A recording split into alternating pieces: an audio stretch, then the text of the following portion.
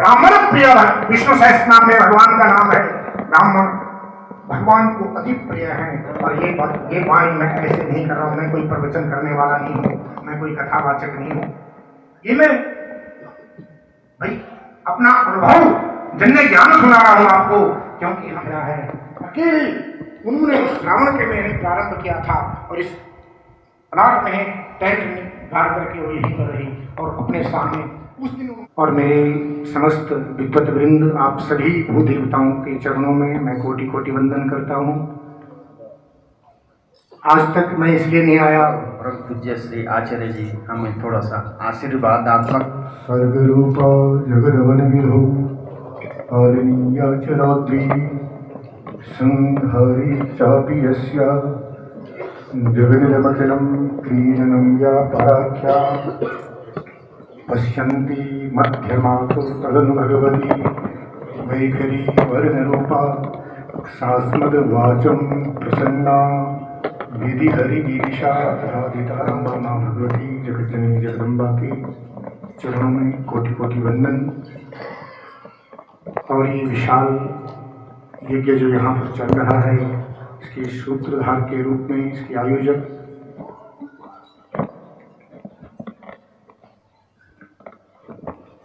अनंत श्री 1008 श्री महेशानंद सरस्वती जी महाराज तथा अनंत श्री 1008 साध्वी श्री संतोषानंद जी महाराज, आपके श्री चरणों में मैं कोटि कोटि वंदन करता हूँ। और मेरे समस्त विद्वत वृंद, आप सभी भू देवताओं के चरणों में मैं कोटि कोटि वंदन करता हूँ। आज तक मैं इसलिए नहीं आया क्योंकि मेरे से रहा नहीं गया। आप जैसी महान विभूतियाँ यहाँ पर आए हैं और इतनी संख्या में 900 ब्राह्मण कोई कम नहीं होते हैं। अब बिल्कुल समय एक क्षण आगे पीछे आप लोग नहीं होते हैं। और हमारे जो माता जी हैं साध्वी महामंडलेश्वर श्री संतोषानंद जी महाराज, उस सामने तगट पर बैठी रहती हैं और शाम को जब आप चले जाते हैं उसके बाद चर्चा होती है कि मैं इन ब्राह्मणों के दर्शन करके गदगद हो गई। सत्य कह रहा हूँ, बहुत भावुक होती हैं क्योंकि वो माँ है और माँ की एक विशेषता होती है, माँ बच्चों के अवगुणों को छुपाती है कि बेटे में यदि कोई अवगुण हो भी जाए, हो भी, लेकिन माँ उस पर पर्दा डालती है। इसी का नाम माँ है। और सबसे सरल संबोधन है माँ। और पता नहीं क्या माँ शब्द कहने पर अपने शरीर के रोंगटे खड़े हो जाते हैं। माँ वो शब्द है कि अगर आप भाव से लेंगे तो आपकी आंखें भैया आंखों से अश्रु टपकने लगे रहेंगे कि माँ शब्द में इतना आकर्षण है, इसमें कोई संशय नहीं। और ये विशाल यज्ञ की सूत्रधार वही माँ है।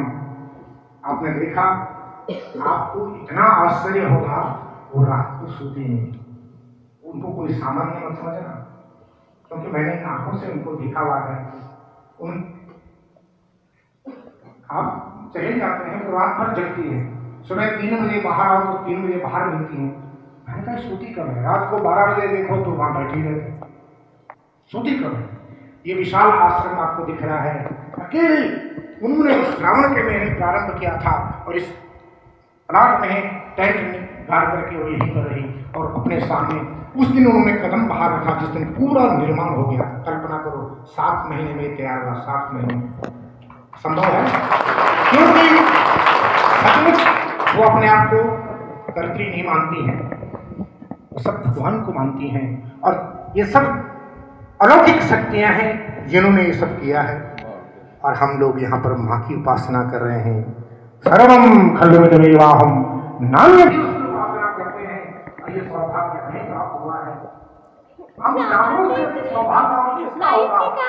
ठीक है, आज कोई कहे कि हमको आरक्षण है, जितना आरक्षण हमें मिला है वो आरक्षण लाइव नहीं है तो बाद में हमें वो आरक्षण मिला है पृथ्वी पर ब्राह्मण है तब तक भगवान को आने की आवश्यकता नहीं है। जब ब्राह्मण का ब्राह्मणत्व तो समाप्त हो जाए फिर भगवान को आना पड़ता है। और ब्राह्मण का ब्राह्मणत्व अधिक ब्राह्मण भगवान बोलते हैं। ब्राह्मण एक अक्षर नहीं जानता है और वो संध्या वंदन करता है, गायत्री जपता है, तो भाई परम बंधनीय है सभी के लिए। खबरदार ऐसी ब्राह्मण का भी निरादर मत करना, क्योंकि ब्राह्मण भगवान का शरीर है। ब्राह्मण और भगवान में कोई अंतर नहीं है। नमो ब्रह्मण्य देवाय गो ब्राह्मण हिताय जगत हिताय कृष्णाय गोविंदाय नमो नमः। भगवान ब्रह्मण्य देव है। ब्राह्मण प्रिय विष्णु सहस्रनाम में भगवान का नाम है। ब्राह्मण भगवान को अति प्रिय है। और ये वाणी मैं ऐसे नहीं कर रहा हूं, मैं कोई प्रवचन करने वाला नहीं हूं, मैं कोई कथावाचक नहीं हूं। ये मैं भाई अपना अनुभव जन्य ज्ञान सुना रहा हूं आपको, क्योंकि हमने ये बात परखी ली है कि सचमुच भगवान ब्राह्मणों से कितना स्नेह करते हैं। मैं इतने ब्राह्मणों के मध्य में ये बात कह रहा हूं, क्योंकि अगर आप बिना किसी कामना के केवल मां से प्रेम हो और उसकी उपासना करें तो फिर चमत्कार देखना। मैं क्या कहूं ये नहीं, आप अनुभव कर लेना क्या होता है। आपको किसी के सामने जाने की जरूरत नहीं है, किसी के सामने हाथ फैलाने की आवश्यकता नहीं है। मां भगवती, वैसे तो कोई बोलते हैं हम वैष्णव हैं, हम शैव हैं, कोई वैष्णव नहीं, कोई शैव नहीं, सभी शाक्त हैं। सर्वे शाक्ता बीजा प्रोक्ता, सर्वे शाक्ता बीजा प्रोक्ता। जितने भी ब्राह्मण सभी शाक्त हैं। न शैवानच वैष्णवा आदिशक्ति उपासनते गायत्री वेद मातरम। आदिशक्ति मां गायत्री की उपासना सभी के लिए आवश्यक नहीं, अत्यंत आवश्यक है। बोलो सब हाथ हुए कि नहीं? ब्राह्मण क्षत्रिय वैश्य सबके लिए गायत्री संध्या अत्यंत आवश्यक है कि नहीं? तो सब शाक्त है कि नहीं? सभी शाक्त हैं। ब्रह्मा विष्णु शिव तो उसकी आराधना करते हैं। और वो शक्ति का प्रादुर्भाव कैसे हुआ आप तो जानते हैं, सब विद्वान हैं, इसमें कोई संशय नहीं। इसलिए हम सब शाक्त हैं। स्तुति बहुत बढ़िया कर रहे हैं, कोई जरूरी नहीं कि मां प्रकट हो जाएगी, लेकिन आपकी आंखों से अश्रु टपकने लग जाए और आप मां मां मां करके चिल्लाने लग जाए। बोलो मां सब काम छोड़ के आएगी कि नहीं? हम और आप भी देखते हैं, एक छोटा सा बच्चा जब जोर जोर से पुकारता है मां मां मां और जोर जोर से रोने लग जाता है, तो मां सब काम छोड़ लेती है और छोड़ करके उस बेटी को पहले सीने से लगाती है, उसकी अश्रु को पोंछती है। बेटा क्यों रो रहा है? चुप कराती कि नहीं? कितना जरूरी काम में क्यों ना हो मां सब काम छोड़ करके, क्योंकि भगवान ने मां का हृदय ऐसे बनाया है। और वो तो परम मां है, वो तो दयार्द चित्ता है। उसका चित्त तो हमेशा दया से आर्द्र रहता है, गीला रहता है, वही तो उसकी विशेषता है। इसलिए बस रोते हुए उस मां की स्तुति करो। 8 पाठ कोई सामान्य नहीं होते हैं। अरे एक ही दिन के पाठ में मां आपके अंतःकरण में हृदय में प्रकट हो जानी चाहिए, लेकिन नहीं हुई है तो हमें कोई कमी है, निश्चित है। मां मैं इस योग्य नहीं हूं कि मैं तेरा स्तवन करूं, लेकिन कुपुत्र जायेत क्वचिदपि कुमाता न भवति। पुत्र कुपुत्र हो सकता है, लेकिन मां कुमाता नहीं हो सकती है। इसलिए उस मां और मां के रहते बेटा दुखी हो तो उससे बड़ा दुर्भाग्य और क्या होगा उसका।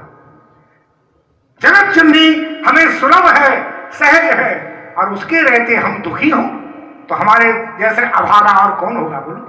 इसका मतलब है हमने आपके अंदर ब्राह्मणत्व है, किसी की ऐसी हिम्मत नहीं है जो आपका निरादर कर ले। आपको अपने कर्म पर अगर दृढ़ विश्वास है तो आपका निरादर नहीं कर सकता है। लिखते हैं लोग, क्योंकि आपके अंदर वो पावर है, भस्म हो जाएगा।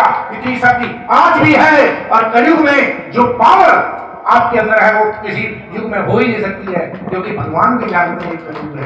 ये कोई सतयुग नहीं है, ये कोई त्रेता युग नहीं है, ये कोई द्वापर युग नहीं है, ये कलयुग है।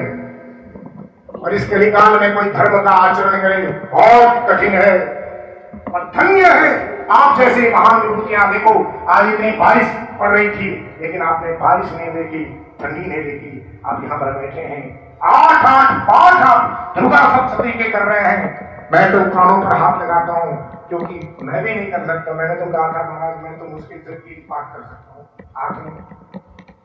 धन्य है आप, इसलिए आप इतनी हिम्मत मेरी नहीं हो रही थी कि आपके सामने आऊं, आपको व्यवधान करूं, फिर मेरे से रहा नहीं है।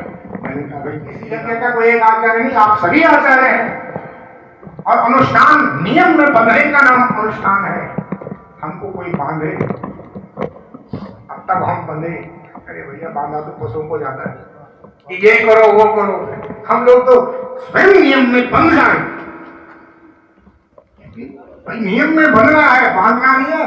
कोई हमारे ऊपर अनुशासन करेगा ऐसे करो, बिल्कुल नहीं। अनुशासन तो आप करेंगे ना भाई, सबके ऊपर शासन करने वाले तो आप हैं। पृथ्वी का देवता है, आपके ऊपर कौन शासन करेगा? इसलिए सब आपसे प्रार्थना कर सकते हैं, आपको आज्ञा भी नहीं दे सकते ये करो, लेकिन हमें अपनी महिमा समझनी होगी। अगर हम एक ही दिन में और इस भाव से हम पाठ करें, किसी को मत देखें, तो बोलो मां प्रकट होगी कि नहीं? ये कलयुग है। और कलो चंडी विनाश को, कलयुग में तो मां की उपासना अत्यंत फलदायी है। बोलो है कि नहीं? क्यों है?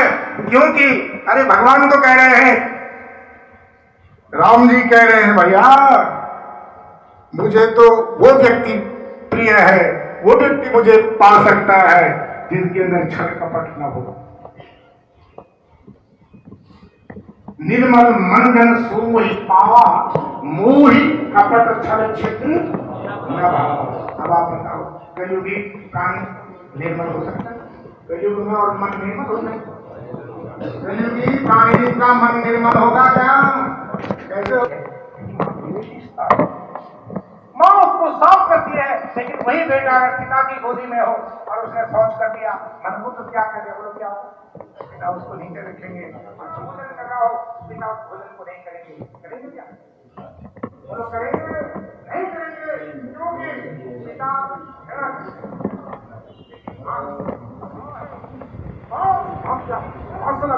धन्य है। आपके दर्शन करके लोग धन्य हो गए।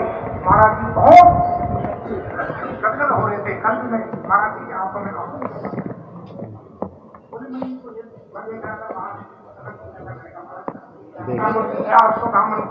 यज्ञ होगा, पूरा नगर बसाएगा, ठान ले, क्योंकि ये जब इतना बड़ा कार्य वो कर सकते हैं, वो नहीं करते हैं, दैविक शक्तियां करती हैं। कितनी बड़ी बात है, आप नोट कर लेना, बिल्कुल होगा, इसमें कोई संशय नहीं है, क्योंकि वो सामान्य नहीं है। सुकर्मणातम अभ्यर्चो सिद्धि विन्दन्ति मानवाः। हम अपने कर्म से उसकी पूजा करें, यही आपका कर्म है, क्योंकि ब्राह्मणस्य अध्ययनम अध्यापनम यजनम याजनम दानम प्रतिगृहस्य यदि ब्राह्मणस्य धर्मः। भाई ब्राह्मण का धर्म ये है, ब्राह्मण तो गुरु है, आप तो शिक्षक हैं। इसलिए मेरी सब ब्राह्मण देव सब बहुत अद्भुत है ब्राह्मण। इसमें कोई देखो इतनी संख्या में इस यहाँ पर बैठे हैं, लेकिन बड़े अच्छे ढंग से पाठ कर रहे हैं, बहुत नियम से आप लोग प्रत्येक नियमों का पालन कर रहे हैं। ये सब देख करके भावुक हो जाता है, हृदय गदगद हो जाता है। और आपके दर्शन करके आज हम भी धन्य हो गए। हम नित्य प्रति देख रहे हैं, मेरे से रहा नहीं गया। मैंने कहा भाई साहस मैया की, श्री आचार्य जी महाराज की, भू देवताओं की, आनंद से बड़े आराम से शांति से बोल जगदम्बा मैया की। तो आखिरी दिन आप लोग ये व्यवस्था है और उस ढंग से आप लोग कृष्ण गोविंद गाते जाइयो, गोविंद धर्म की जय।